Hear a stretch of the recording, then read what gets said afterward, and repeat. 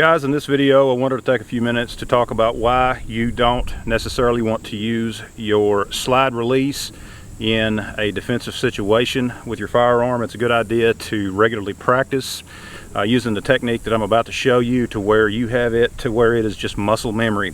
And what I mean by that is, a lot of times when people will get to slide lock with their firearm, when they go to reload it, when they insert that magazine, they will press that slide stop to let that slide go forward. Now the problem with that, under stress, the chances are you're going to miss that. When you get into a situation where you're having to protect yourself, one of the things that you're going to get hit with is adrenaline. And with that adrenaline dump that you're going to get, you will lose fine motor controls. And the slide stops on some of these firearms can be quite small.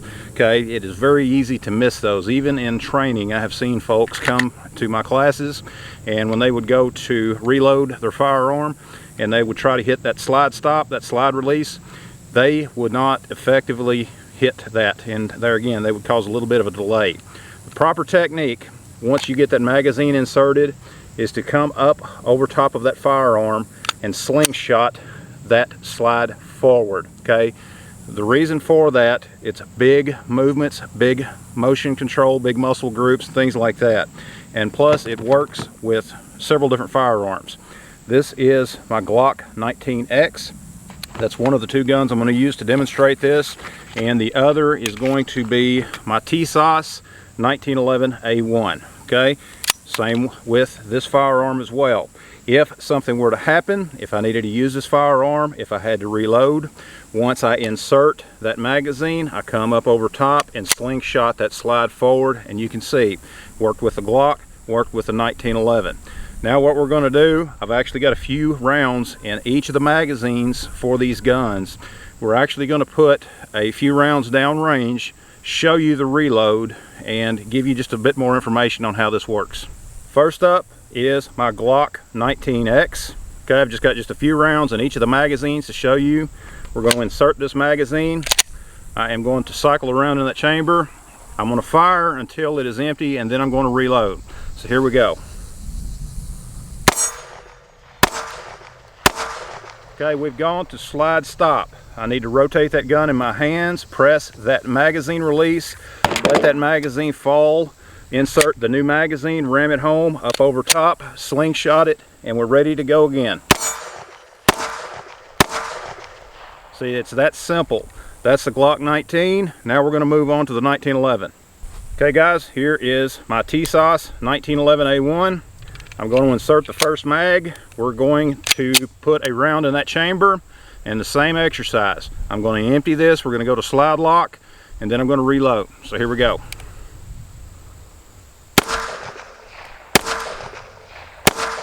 Okay, we have gone to slide lock. Now, same process. Turn that gun in my hand to where I can reach that magazine release. Let that magazine fall free. Come in with the fresh mag. Ram it home, up over top, just like that. And we're ready to go.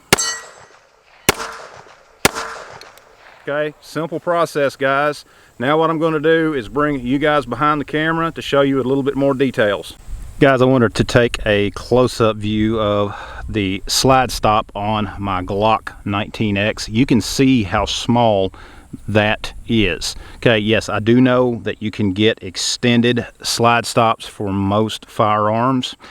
Still, it is the best practice, in my opinion, to use the technique that I've been demonstrating, because the reality is you will lose fine motor control, and you could potentially miss that slide stop and not load that gun properly in the most desperate situation. Okay, so what we're going to do now, just a repeat of what we've done before, only I'm bringing you behind the camera. Okay, inserting a magazine, charging my firearm, and again, this is going to be the same process. Okay, I'm doing the best I can to show you this. Me reaching around the camera does not make this easy, but I'm going to try to give you as much information as possible. Okay, so we are ready to begin. So I'm going to fire my round. Okay, I've gone to slide stop. I'm going to rotate that gun. I'm going to press that magazine release and let that mag fall. Come in with my fresh mag and ram it home. Okay, I've got that fresh mag inserted. I'm going to come up over top. There's, you know, this technique as well as this technique. Me, preferably, I prefer coming up like this, taking that support hand, coming up over top. Of course, reaching around the camera does make it a bit more of a challenge. But now that I've got it inserted, up over top, slingshot it, let it go forward, and we're back in the fight. Okay, that is the 19X. We're going to demonstrate the exact same process with the 1911. Okay guys, here is my 1911. I have already got it in slide lock. I'm going to insert that first magazine.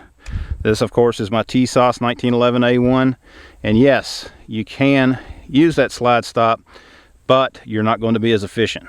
This slide stop sticks out further on the 1911 than it does on the Glock. And as I mentioned earlier, yes, you can get extended slide stops and things like that. But still, I've got the magazine inserted, come up over top, slingshot, let that go forward, and it is the same exact process regardless of the firearm type. Okay? Okay, I have gone to slide stop. Again, turning that gun slightly, hitting that magazine release, letting that magazine fall, coming in with my fresh mag, ramming it home, up over top, letting it go forward, and beginning the firing.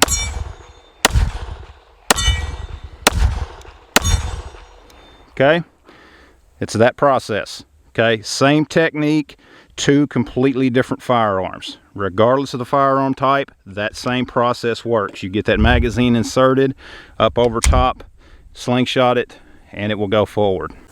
Guys, be sure to remember, train the way that you would fight. If you never put yourself under a stressful situation, when it comes to the time when you are under a stressful situation, you're not going to know how to react. You need to be able to train the way that you would fight. Under stress, you will lose fine motor control. Always remember as well, you will not rise to the occasion. You will default to the level of training that you have mastered. Don't forget that, guys. But guys, hope you liked the video. Let me know your thoughts down in the comments below. Check out the rest of the videos on the channel. Be sure to share the video, subscribe. Thanks for watching. Check out all the links down in the description, and we'll see you next time.